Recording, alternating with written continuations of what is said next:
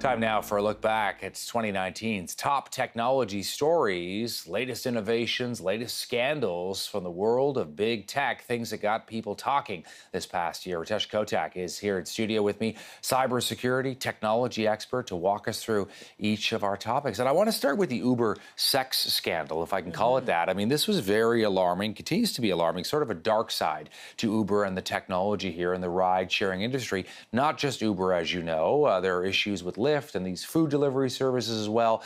There was this huge report that came out. Uber basically saying 3,000 sexual assaults reported in 2018, just in the United States alone. That includes more than 200 allegations of rape. So what's going on here, do you think?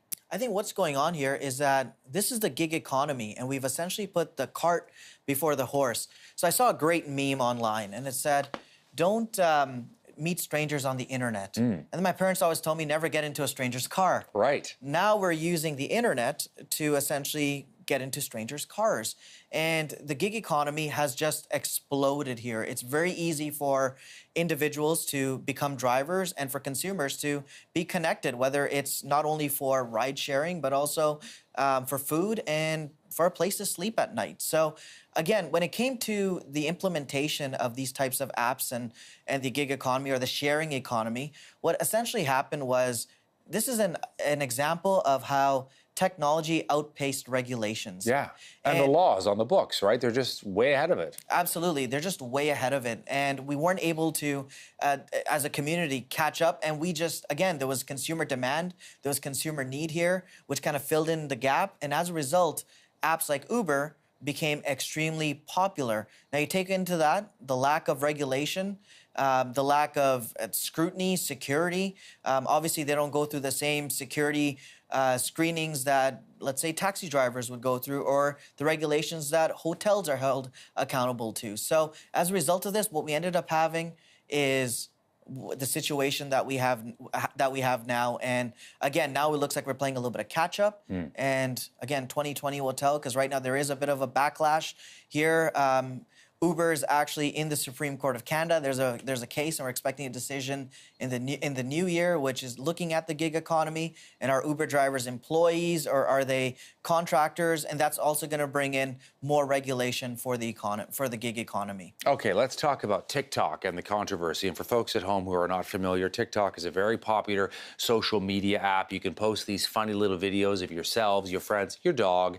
You can add music. It's all very fun and humorous, and sometimes quite hilarious and addictive as well. Folks who are on TikTok will tell you.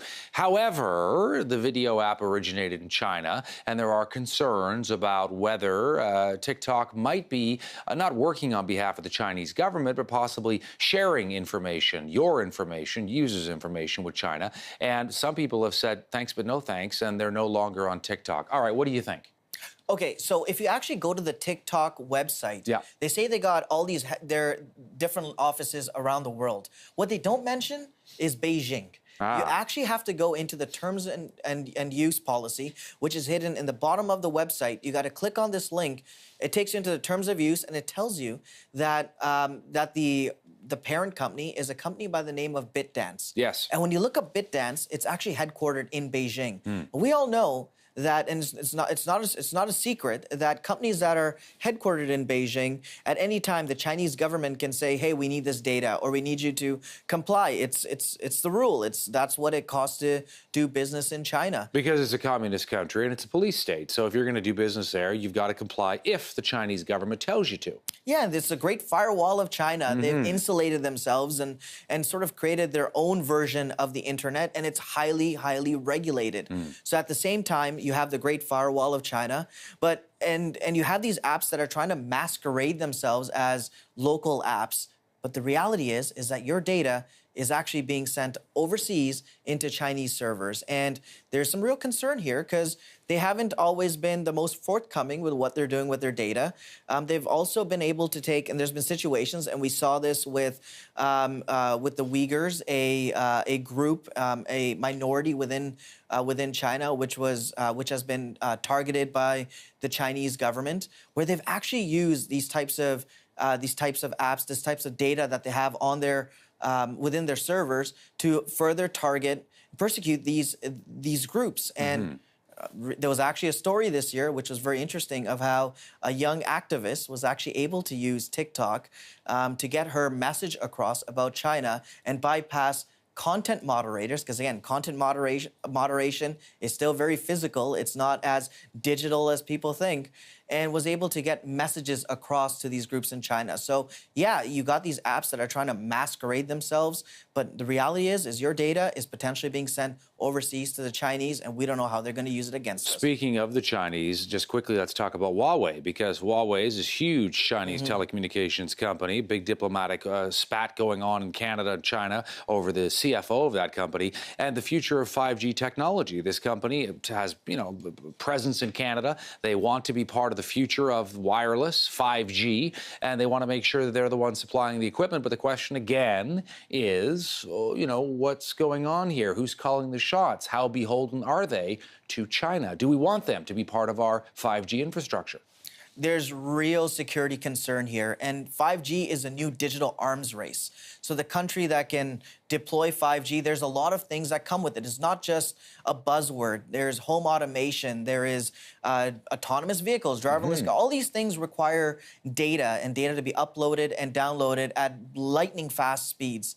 And this will require infrastructure such as 5G. So if we're actually saying that, hey, if there's a company that's going to be putting in the infrastructure, are they going to actually see and control all the data? And when it comes to nation-state attacks, when it comes to these smart connected cities, a real concern is if the Chinese own the infrastructure, or if any foreign government owns the infrastructure, at any time, can they shut it off and cause issues within Canada or within the West? And these are very real concerns. All right, the other one that I want to make sure we get to, something you're very familiar with, is Facebook, which has had another bad year, I think it's fair to say, amid scandals and privacy concerns.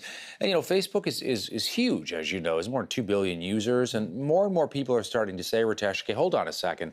This should be treated as a utility, right? As in sort of like the way we look at electricity or hydro, this kind of thing, because they're so powerful. They've got all this information, and every once in a while, actually more than every once in a while, we find out that they're doing stuff they shouldn't be doing. Yeah, and there's been a call for them to actually be broken up and be further regulated. Actually, candidates running for U.S. president are saying break up big tech. And that's actually a slogan on the campaign trail. So here's the thing with Facebook. Facebook launched Facebook Dating. They've launched Facebook News, huge issues around content moderation. Currency. And Libra, that's right, currency, their own cryptocurrency.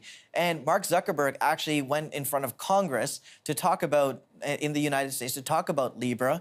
Again, that was, it kind of went sideways for him, because if we can't trust you with our data and look at everything you've done, can we trust you with our economy? Can we actually trust you with our money? And that seems to be actually the good thing that came out of the entire Congress testimony that Mark Zuckerberg gave, is it's the only time I've seen the Democrats and the Republicans actually agree on something. And this has been, again, a sore spot for Facebook. They've lost the trust battle. And what are they going to do to regain it? Are they going to launch their own digital currency? Only time will tell. Mark Zuckerberg is saying we're going to wait, but I don't know. There's a lot of speculation that if this doesn't go Facebook's way, they're probably just going to launch it any which ways. So. Ritesh Kotak with the top tech stories here at the end of 2019. We'll see how it plays out in 2020. Thank you for this, Ritesh. Thank you so much for having me.